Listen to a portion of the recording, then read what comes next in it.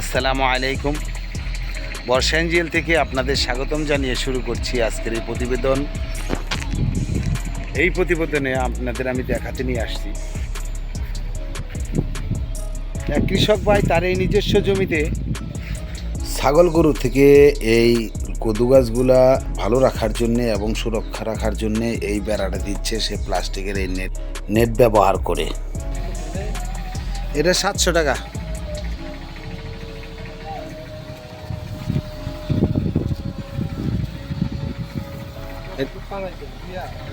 হ্যাঁ 3 ফিট, হ্যাঁ 2 হাত আছে। গরু বাছুর ছাগল বেড়া এবং পশু পাখিও যেন ভিতরে না যেতে পারে তার জন্য এই নেট জাতীয় জালটা ব্যবহার করছে চতুর্দিকে। আপনারা দেখতে পাচ্ছেন কৃষক তার এই নতুন তো ফল আসতেছে, যে কারণে এই নেটটা ব্যবহার করাই উত্তম, পাখিরাও যেন না খায়।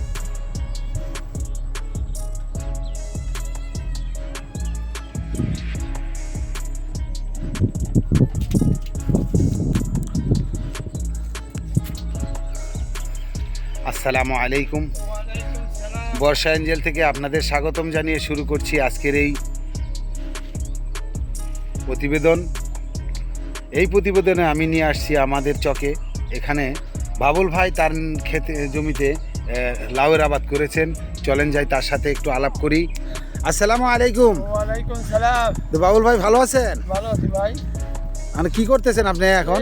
আমি ভাই কচুর টোকাটাকে মনে করেন ঠিক করছি, লাউ পড়া বাইরেছে এখন মনে করেন বর্তমানে লাউ ধরতেছে। আশা করি মনে করেন জালি নেট লাগাইতেছি এবং আমি আজকে 5টা কাটে নিছি নতুন ফার্স্টে। আমি 50-60 টাকা করে বেশি আইছি। তো মোটামুটি কলা বাইরেতে আছে মনে করেন দৌড়লে মনে করেন এক কাটায় মনে করেন 50-100 বা 200 কাটা ফার্স্ট কাটায়। এই লাউ ক্ষেতের লাউ কয়টা দরে আসে? এই যে এখন তো দর শুরু হয়ে গেছে। ওই ধরলে মনে করেন ফার্স্ট কাটা একটু কমে গেল, এরপরে মনে করেন এই সাপ্তাহিক ভিতরে মনে করেন 100-150-200 লাউ কাটা যাবে। এরপরে লাউ কাটলে মনে করেন প্রতি পিসে 60 টাকা 50 টাকা 50 টাকা করে বিক্রি হয় আর কি। এখন বিক্রি হইছে। এখন বিক্রি হয়েছে। আপনি কতখানি জায়গা লাগাইছেন? এখানে আমি এক ফাঁকির উপরে জায়গা লাগাইছি। 26% জায়গা লাগাইছেন? 26% জায়গা লাগাইছি। যদিও আমাদের এখানে 26% জায়গায় এক পাখি হয়, সেই অনুপাতে উনি বাবুল ভাই 26% জায়গা রোপণ করছেন। তা আপনার কড়াগুলা কেমন হয়েছে একটু দেখাবেন? মোটামুটি কড়া এদিকে আসছে, একটা কড়া আছে, আসেন এদিকে। এই যে কড়া বাড়িতেছে, এই কড়া বাড়িতেছে, এগুলা মনে করেন নিচে লাভিজি আস্তে আস্তে মনে করেন বড় হয়ে 1 সপ্তাহের ভিতরে মনে করেন এগুলা 1 সপ্তাহ লাগবে না, 4-5 দিনের ভিতরে মনে করেন প্রত্যেকটার মধ্যে তো করা আছে মোটামুটি। আপনারা দেখতেছেন এখানে প্রতিটা গোড়াই করা আছে। তবে মোটামুটি মনে করেন আল্লাহ ভালো রাখছে। যদি মনে করেন মেঘ বৃষ্টি না হয় তাহলে মোটামুটি বৃষ্টিপাত না থাকে তাহলে মনে করেন মোটামুটি ফলন ভালো হবে। মনে করেন গাছও মনে করেন সুন্দর হবে, ফলনও বেশি হবে। তো মনে করেন প্রতি মনে করেন কাটায় মনে করেন 60-70 বা 1 সপ্তাহের ভিতরে 100 মতন কাটাকাটি হবে আর কি। 1 সপ্তাহ পরে থেকে 100 লাউ কাটা যাবে। যেহেতু এখন লাউয়ের যে কড়াগুলা নামতেছে, আপনারা যে দেখতেছেন নতুন নতুন কড়াগুলা দেখতেছেন, বৃষ্টিতে নষ্ট হয়ে গেছে অনেক। মনে করেন কড়া মনে করেন 8-10 দিন বৃষ্টি হয়েছে, বৃষ্টির কারণে মনে করেন ফলন নষ্ট হয়ে গেছে।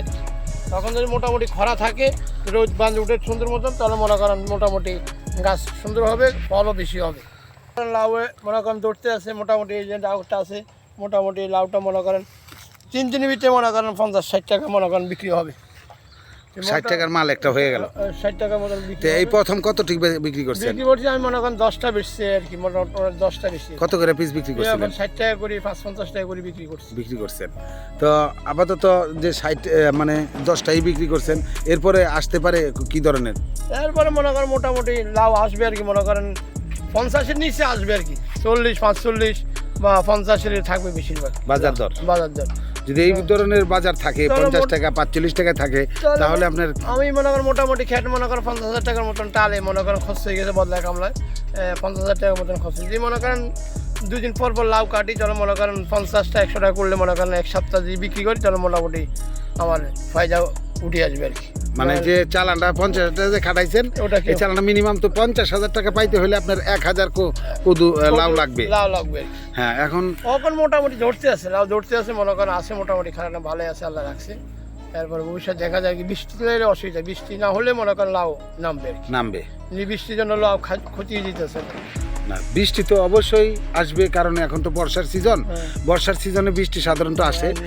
তো তারপরেও আমরা যে ধরনের লাউ আপনারা, আমি দেখতে পাচ্ছি যে আপনার প্রত্যেকটা গিটে গিটেই লাউ আছে, প্রতিটা গিটে গিটে লাউ আছে। লাউ এখন নিচে কি কেমন নামতেছে দেখি, দেখান তো একটু দেখি। এই যে লাউ আছে মনে করেন, যেখানে এই যে মোটামুটি লাউ এই দেখা যাচ্ছে মনে করেন লাউ, এই লাউ, এই যে লাউটা যেখানে মনে করেন এই যে মনে করেন মিনিমাম 50-60টা লাউ আছে। এই সাইডে লাউ নামছে, কলা নষ্ট বিষ দিতে হইব, ওষুধ দিতে হইব, মনে করেন কেমিক্যাল মনে করেন ওষুধ দিয়া এরপরে এগুলো ঠিকঠাক করতে হইব, নাহলে মনে করেন খাটনি করতে হইব, খাটনি না করলে পাওয়া যাবে না, পরিশ্রম করতে হবে এগুলো। এই জায়গার আপনি ওই সাইডে দিয়ে দেখলাম যে আপনারা ওই গাছের মধ্যে, গাছের চতুর্দিক দিয়ে যে যা নেটটা টানাইছেন, এটা কি কারণে টানাইলেন? মনে করেন কুকুর টুকুর। ওয়ালাইকুম আসসালাম। তো ভালো আছেন? আলহামদুলিল্লাহ। তো কাকা, এই কদু ক্ষেতের কি অবস্থা একটু যদি বলেন। কদু ক্ষেতের জবর অবস্থা বালা, 60-70 হাজার টাকা খাটাইয়া বুঝছেন, ওখানে আর কদু ধরে না, বৃষ্টি লেগে। বৃষ্টি লেগে হ্যাঁ। তো এখন যে কদুর যে ধরার সময় কয়টা কদু বিক্রি করছেন এই পর্যন্ত? এই 5টা।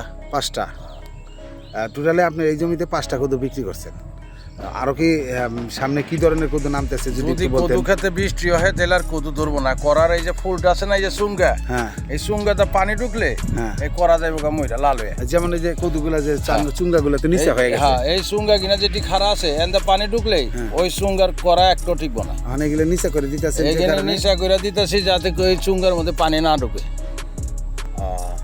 এই কারণে একটু নিচা করে দিতেছেন, হ্যাঁ, হ্যাঁ। যে ভবিষ্যতে যেন এই বৃষ্টি আসলে যেন চুঙ্গায় পানি না, বৃষ্টি চুঙ্গায় আইলে যদি পানি না কদু ঢুকে, ক্ষেতে বৃষ্টি- এই জিনিসটার মধ্যে যদি উপর দিয়ে পানি ঢুকে তাহলে এই কদুর বীজটা নষ্ট হয়ে যাবে।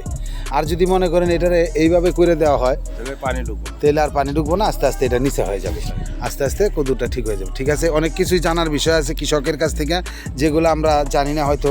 এই দেখতে পাচ্ছেন প্রত্যেকটা গিটে গিটে করা আছে, এই যে করা, এই যে করা, মুলসি করে, এই যে করা আপনারা দেখতেছেন, পুরাটার মধ্যেই করা আছে, দেখছেন?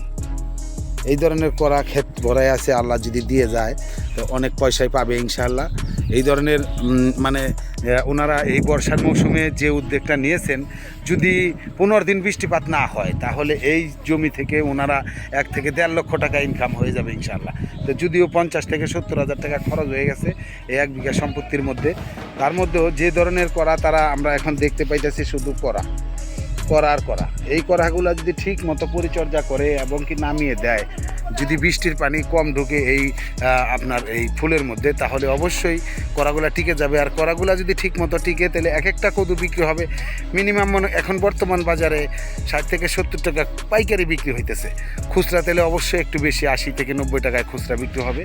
তো এই ধরনের যদি বিক্রি হয় তাহলে কৃষক অবশ্যই লাভবান হবেন। সে পর্যায়ে খেয়াল রেখে আমরা ওই যে বাবুল ভাইয়ের সঙ্গে যে আলাপ করলাম, এই আলাপে আমি বুঝতে পারলাম যে অবশ্যই তাদের লাভ হবে যদি তারা এই ধরনের ক্ষেতেগুলোতে বৃষ্টি বাদল কম হয়। আচ্ছা ভাই, আমি যে খরচটা করছি সবাই আমার দোয়া টোয়া করবেন, মনে করেন আমি যে খরচটা মনে করেন উঠাইতে পারি আমার জন্য দোয়া করবেন। আর আমি যে ফসলটা মনে করেন ঠিক মতন বাজারে নিয়ে বিক্রি করতে পারি, আমার সবাই জনগণের দোয়া চাইলেন সেই উপলক্ষে। তা মোটামুটি 50 থেকে 70 হাজার টাকার মতো আপনার এটা খরচ হয়েছে। হয়ে গেছে মনে করেন। এটা নিচে কি কোনো ফসল দিছিলেন? এটা নিচে একটা লাল শাক আসলো, কুই আসলো, কুই আর মূলা আসলো, ওগুলা বেশি 30,000 টাকা বেশি। 30,000 টাকা বেচছেন, তো খরচের থেকে কিছু অংশ আসছে, কিছুটা আসছে, আর বাদ বাকিটা আসবে এই ফসল থেকে। তো বন্ধুরা, আপনারা দেখতে পাচ্ছেন এখন যে ফলগুলো এখন আছে, এই ফলগুলো ওনারা এইটার নিচে করে গান নিচা করে দিবেন।